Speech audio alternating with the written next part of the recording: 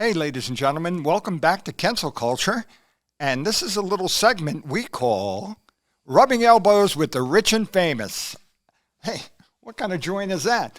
Hey, ladies and gentlemen, I'm the legendary Wid, and right here is the namesake of our show, Mr. John Kensil, with his story of rubbing elbows. Yes, my friends call me the magnet of famous people.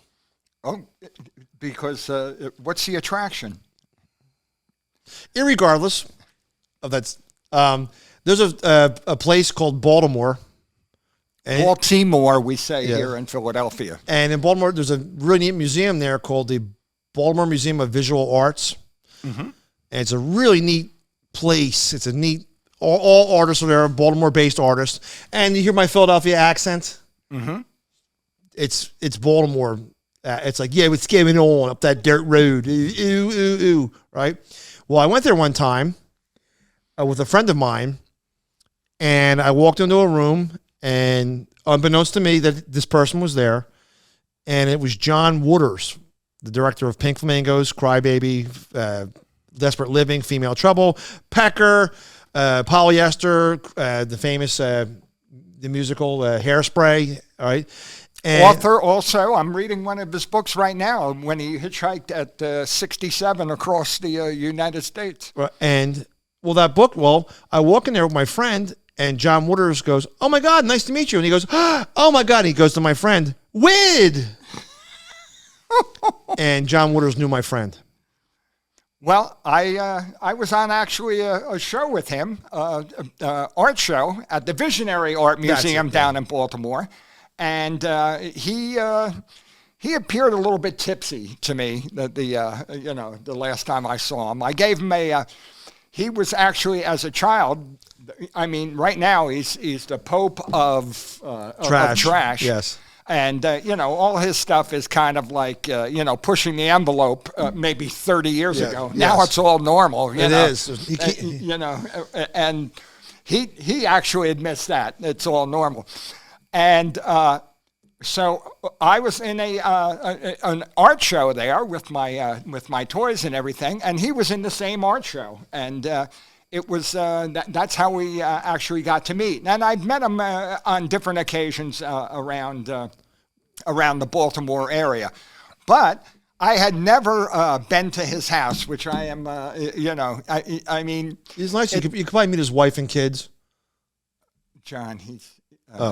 He's proudly gay, and he doesn't have a wife and kids.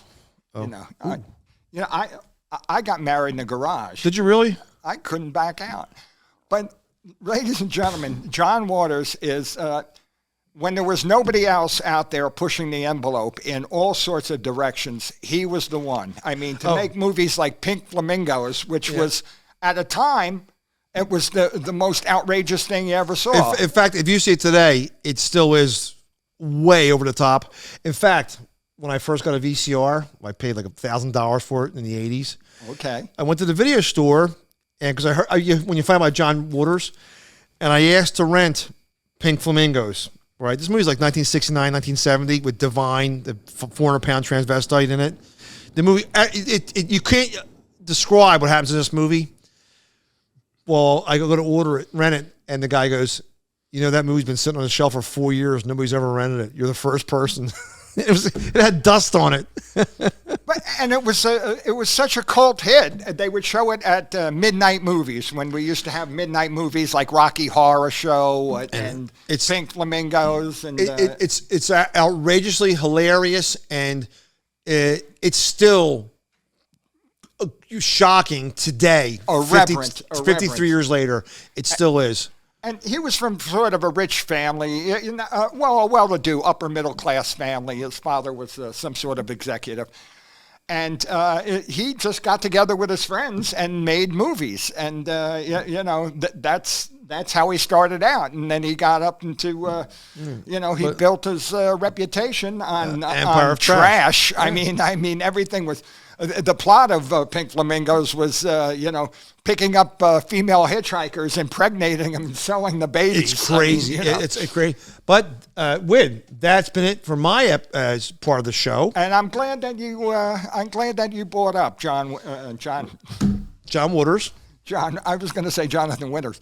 I'm glad he brought up John Waters because I feel that he has been a great influence on today's culture, and I think that it was a pleasure to have met him. Yes, and that's it for Both this. of us met him. Yeah, and that's it for this little segment of Rubbing Elbows with the Rich and Famous.